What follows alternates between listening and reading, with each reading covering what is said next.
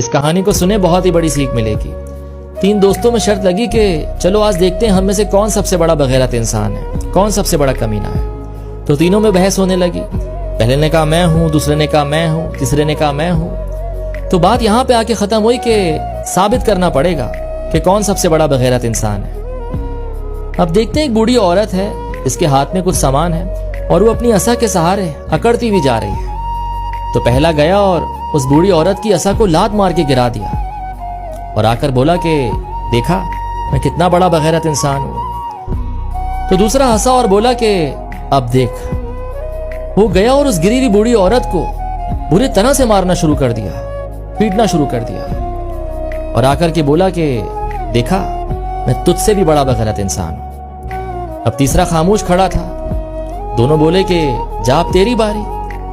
کہنے لگا میں تم سب سے بڑا بغیرت انسان ہوں۔